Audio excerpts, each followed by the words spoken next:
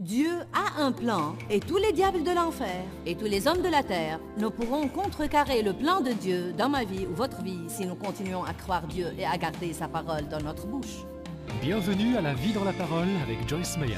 La Vie dans la Parole est un ministère d'entraide basé sur un enseignement solide et pratique pour une application de la parole de Dieu. Votre réponse est dans la parole de Dieu. Et laissez-moi vous dire, le Seigneur est capable de vous guérir là où vous souffrez.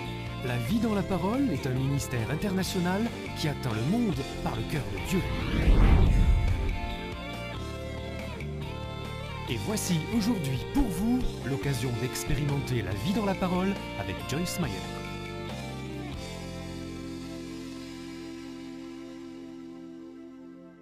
Quand Dieu, quand? S'il y a une chose que nous voulons savoir quand. Amen? Je veux que vous ouvriez vos Bibles à Actes chapitre 1.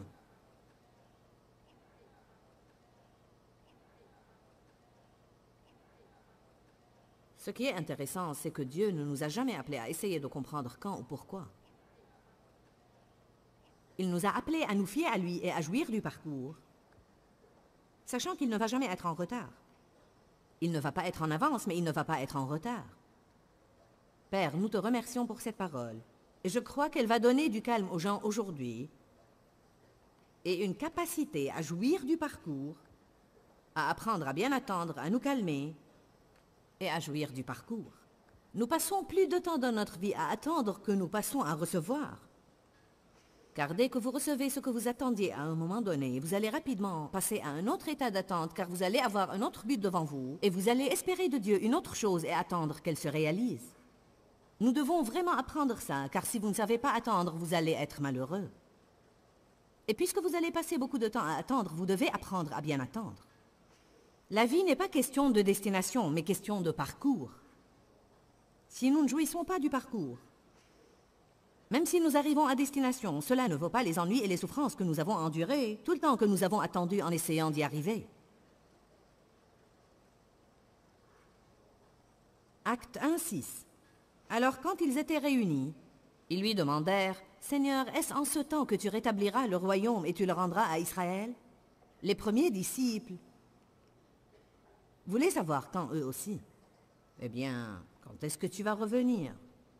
Quand est-ce que tu vas rétablir Israël? Quand ces choses vont arriver? » Et il leur dit, et je veux que vous compreniez cela ce matin, car il s'applique à chaque situation dans notre vie. Jésus leur répondit, « Ce n'est pas à vous de découvrir et de connaître ce que le temps apporte. Les choses et les événements du temps et leur période précise, ou les années et les saisons fixées, leur place décisive dans le temps, que le Père a désigné, fixé et réservé de son propre choix et sa seule autorité. Alors il nous dit là que ce n'est pas à nous de connaître le moment choisi des choses. Quand Dieu quand n'est jamais une question à laquelle Dieu va vous répondre. Car la Bible dit « en son temps », au temps convenable. Et je pense que c'est intéressant, car ça ne me dit toujours rien. Je ne sais pas pourquoi nous sommes tous réconfortés quand quelqu'un nous dit « Oui, je vous le dis, ne vous lassez pas de faire le bien, car vous moissonnerez au temps convenable. » Cela ne vous précise rien. Cela veut dire quand Dieu est prêt à le faire. Au temps convenable. Alléluia. Nous devons être calmes. Je veux que vous compreniez ça ce matin. Nous devons être calmes dans notre vie, même sans savoir. Nous devons être heureux, même sans savoir. Ce n'est pas que Dieu veuille que nous soyons ignorants et idiots et n'avoir aucune compréhension des choses. Mais Dieu ne veut absolument pas que nous nous cassions la tête pour essayer de comprendre les choses. Il veut que nous marchions par la foi et que nous vivions par la foi et que nous nous fions à lui et que nous sachions qu'il est bon et qu'il ne va jamais être en retard. Il va toujours intervenir et faire ce qui doit être fait en son temps. Parfois, ça peut être à l'heure de minuit, soit, mais Dieu soit loué, il ne va pas attendre que nous soyons vaincus pour le faire. Dieu ne permettra jamais que vous soyez tentés au-delà de vos forces, mais avec chaque tentation, il préparera aussi le moyen d'en sortir et il intervient toujours au bon moment. Pourquoi Dieu attend-il jusqu'à l'heure de minuit? Pourquoi ne fait-il pas les choses plus tôt? S'il peut les faire après, il peut les faire maintenant. Mais la pression que nous endurons est ce qui bâtit notre caractère. L'attente est nécessaire car elle bâtit notre caractère. Elle bâtit une aspiration et nous met dans l'expectative. Quand une femme tombe enceinte, quand Dieu a organisé toute cette chose qu'est la croissance des bébés dans le ventre d'une femme et ces choses-là, pourquoi a-t-il fallu que ça prenne 9 mois? Ça aurait pu prendre 7 ou 6 mois ou bien seulement 3 semaines. Nous ne le savons pas, mais Dieu a sa façon de faire les choses. Et il y a une chose à propos de l'attente. Si nous apprenons à bien attendre, nous apprécierons bien plus profondément l'exaucement de la prière. Je ne suis pas vraiment sûre que nous apprécierons l'exaucement de notre prière si nous pouvions demander une chose et l'avoir, demander une chose et l'avoir. Je crois que nous avons besoin d'attendre. Je crois que l'attente est salutaire. Je vais le répéter. L'attente bâtit notre caractère. Elle développe le fruit de l'esprit à l'intérieur de nous. Nous savons qu'un morceau de charbon se transforme en un diamant après des années et des années et des années de pression. La pression n'est pas aussi mauvaise que nous le pensons. La chose qui la rend mauvaise, ne ratez pas ce que je vais vous dire. Ce n'est pas vraiment la pression qui est si mauvaise. Ce ne sont pas nos circonstances, mais c'est le fait que nous luttons contre tout. Si seulement nous apprenions à capituler devant plus de choses et à ne pas résister à tout, tout le temps. Je ne veux pas ça, je ne le veux pas maintenant, et je ne veux pas attendre, et je n'aime pas ça. Je vous dis la vérité, c'est ce qui nous rend malheureux. Mais quand nous pouvons dire, vous savez, je me fie à toi, Dieu. Si tu dis que je dois attendre, alors je me fie à toi et j'attendrai. Il y a encore des choses que tu prépares, il y a encore des choses que tu façonnes. Et je me fie à toi, Dieu. Vous pouvez jouir de votre vie si vous vous fiez à Dieu. Romains 15, 13 dit que Dieu est le Dieu de notre espérance. Je prie que le Dieu de votre espérance vous remplisse de toute joie et de toute paix dans la foi.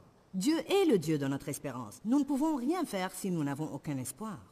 Pendant que vous attendez, gardez un haut niveau d'espérance et ayez une attente confiante et joyeuse que quelque chose de bien va arriver dans votre vie. Je crois que chaque personne doit dire chaque jour, peut-être 2 ou 3 fois, quelque chose de bien va m'arriver aujourd'hui. Je m'attends à ce que quelque chose de bien m'arrive aujourd'hui. Vous devez commencer à le dire au moins 3 fois par jour à haute voix. Tout d'abord, cela va vraiment exaspérer le diable.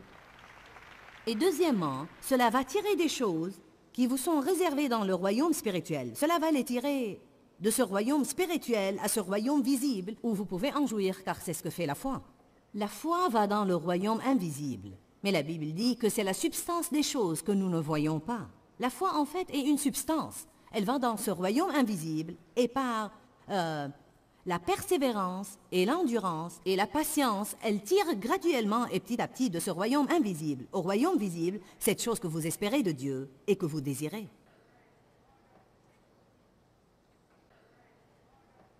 Dans Actes chapitre 1, verset 4, Jésus a demandé aux disciples d'aller attendre dans la chambre haute l'effusion du Saint-Esprit. Pour toute chose, il y a une attente. Et comme il se trouvait avec eux et qu'il mangeait à table avec eux, il leur recommanda de ne pas s'éloigner de Jérusalem et d'attendre, dites tous attendre, ce que le Père avait promis et ce que vous avez entendu de ma bouche. Verset 13. Et quand ils furent arrivés à la ville, ils montèrent l'escalier à la chambre haute. Et j'aime ce que la Bible amplifiée dit, où ils se tenaient habituellement et indéfiniment. Pierre, Jean, Jacques, André, Philippe, Thomas, Barthélemy, Matthieu, Jacques, etc., etc., etc. Quand ils y sont montés, ils s'étaient décidés à ne pas quitter cette position jusqu'à ce qu'ils aient eu ce que Dieu avait promis. Il avait dit, maintenant je vous ai promis l'effusion du Saint-Esprit. Allez attendre jusqu'à ce que vous receviez cette force du ciel, là où Dieu leur avait demandé d'aller, et ils allaient attendre tout le temps qu'il fallait jusqu'à ce que leur prière soit exaucée. Nous devons avoir cette même attitude. Dieu m'a dit d'attendre et qu'il va s'occuper de la chose, et je ne vais pas me taire, et je ne vais pas lâcher prise, et je ne vais pas arrêter de croire à Dieu, et je ne vais pas laisser tomber, et je ne vais pas capituler jusqu'à ce que ma prière soit exaucée.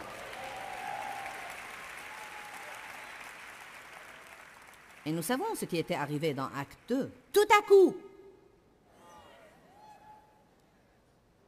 Voilà comment ça se passe avec l'attente. Vous pouvez attendre et attendre et attendre. Vous avez peut-être eu votre problème pour 20 ans.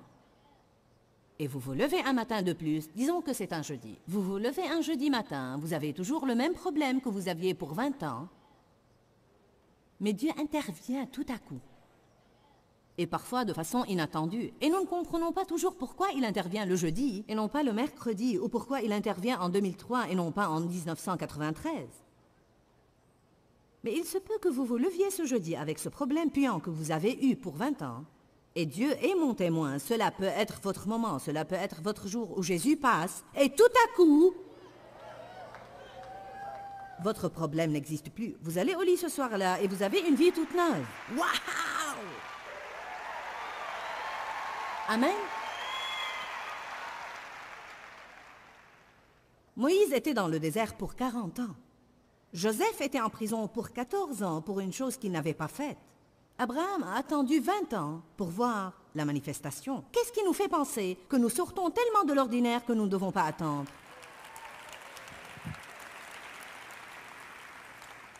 Mais tout à coup, Dieu va intervenir tout à coup dans votre vie. Allez à Exode 33.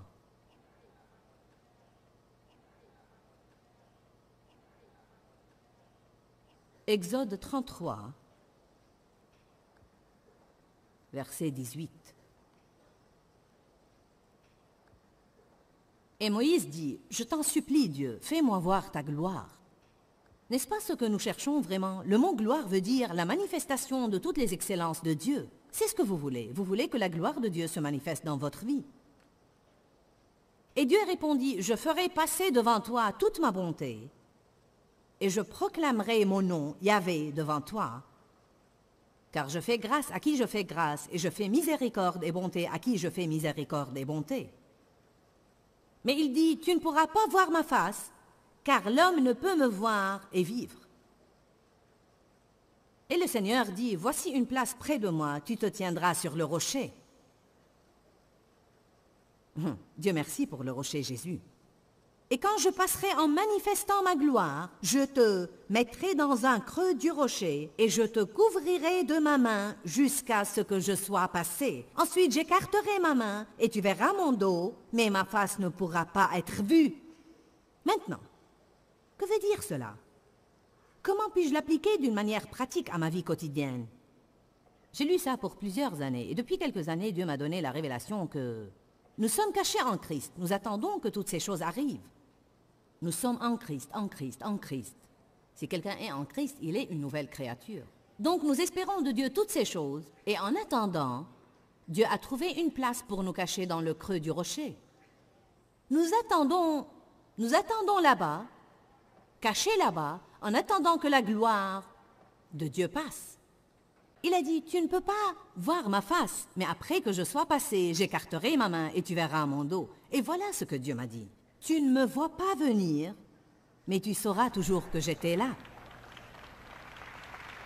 En d'autres termes, pendant que je suis en Christ, dans ma relation avec Jésus, caché en Christ, priant, lisant la parole, allant à l'église, essayant d'être correct avec les gens, espérant de Dieu tous ces exaucements de prière, je peux avoir mon problème pour 20 ans et je me lève un certain jour et rien n'a l'air d'être différent, rien ne semble différent, mais Dieu venait dans ma direction.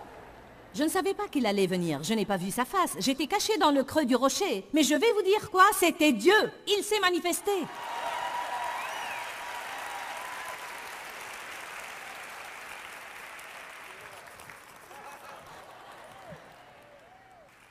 Nous devons vivre avec ce genre d'espérance et d'attente. Le diable a un seul but en tête, nous décourager, nous rendre déprimés et abattus et déçus, et il veut nous rendre négatifs et désespérés. Si vous voulez exaspérer le diable, vous devez alors rester positif. Être négatif n'améliore pas votre situation. Tout ce que ça fait, c'est vous rendre malheureux. Et le diable en est ravi. Restez positif et n'arrêtez pas de dire « Je crois que quelque chose de bien va m'arriver ». Que les gens se moquent de vous. Ils se sont bien moqués de Noé. Ils se sont moqués d'Abraham quand il leur a dit qu'il allait avoir un bébé.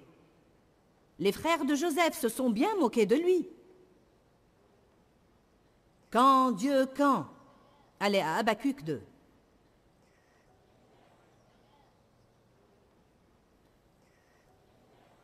Habacuc 2, versets 2 à 4. Et l'Éternel m'adressa la parole et il dit, « Écris la prophétie et grave-la clairement sur des tablettes, afin que tous ceux qui passent par là puissent la lire couramment et rapidement, même en se hâtant. En résumé, Dieu dit, quelle que soit la chose que vous espérez de Dieu, gardez-la devant vous. Car c'est une prophétie dont le temps est déjà fixé.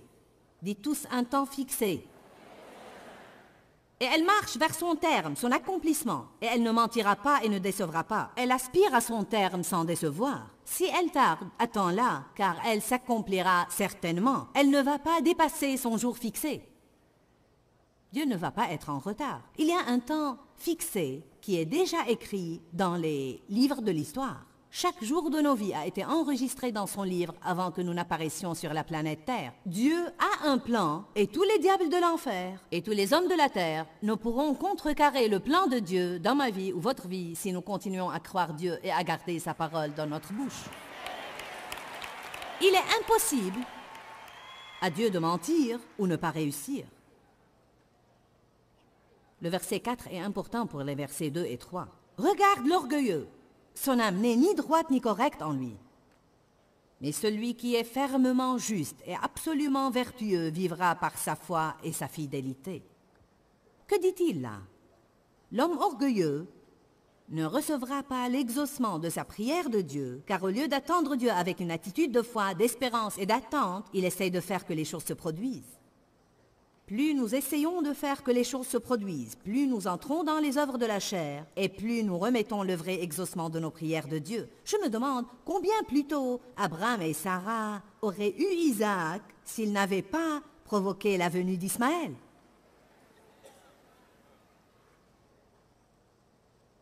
Je dis toujours aux gens qu'une fois que vous avez Ismaël, vous devez passer quelques années à lui changer les couches.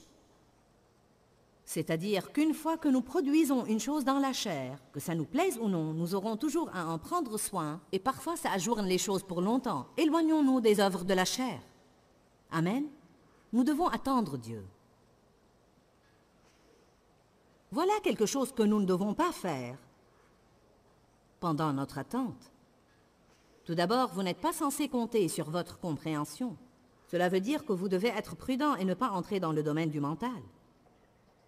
Certains d'entre vous se cassent la tête à penser. Allez maintenant, une seule femme là-bas a levé la main. Vous êtes épuisé tout le temps, fatigué, épuisé de penser. Pensez. Quand Dieu quand, pourquoi Dieu pourquoi, comment Dieu comment, qui Dieu qui. Eh bien, peut-être ça, peut-être que Dieu fera ceci ou qu'il fera cela. Ensuite, nous essayons de donner des conseils à Dieu. Dieu, as-tu jamais pensé à ça? Allez, j'ai fait ça. Nous faisons allusion à certaines choses. Dieu, tu pourrais faire ça, je pense que ça marcherait.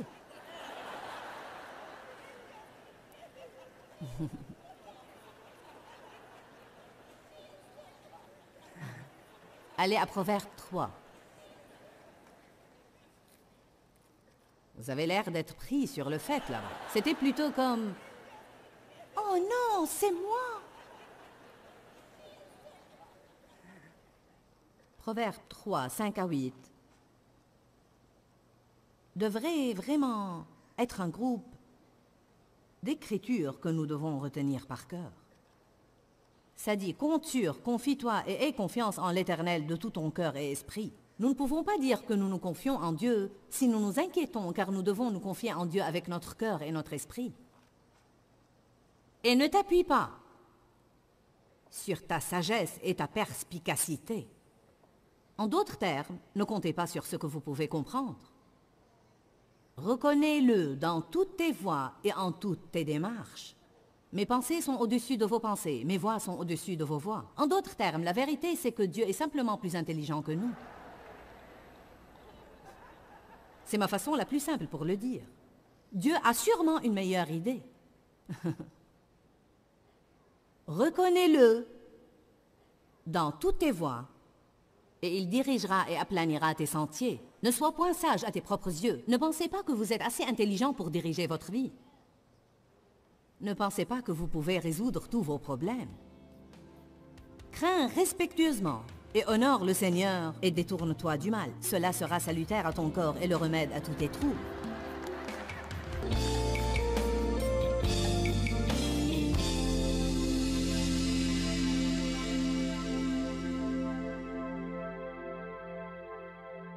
Eh bien, quand Dieu, quand, nous le disons tous tout le temps, n'est-ce pas? Quand Dieu, quand, nous voulons connaître la réponse aux choses. Nous voulons savoir quand les choses vont arriver. Vous savez, la réponse de Dieu pour nous est en son temps, en temps convenable. Cela veut vraiment dire qu'il ne nous dit rien de précis, il veut que nous nous fions à lui. Écoutez, quelle que soit la situation dans laquelle vous êtes, Dieu veut que vous ayez confiance en lui. Nous devons vraiment apprendre à attendre patiemment, sinon nous allons être certainement malheureux. Pendant une grande partie de notre vie, nous ne savons pas ce qui va arriver, mais nous nous fions à Dieu. Peut-être que vous attendez que votre prière soit exaucée depuis longtemps, et aujourd'hui pourrait être le jour où tout à coup, votre attente va se terminer. Mais vous feriez mieux de jouir de l'attente. J'ai une écriture de clôture pour vous qui va vous encourager, mais d'abord je veux vous rappeler de visiter notre site web, inscrit au bas de votre écran. Ça va être une bénédiction pour vous. Il y a des tas de bonnes choses là-bas qui vont vous être utiles.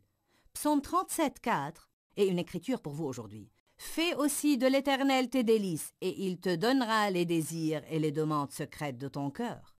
C'est aussi simple que ça. Nous sommes ses enfants, et tout comme un père, il désire pour nous que nous ayons tous nos désirs.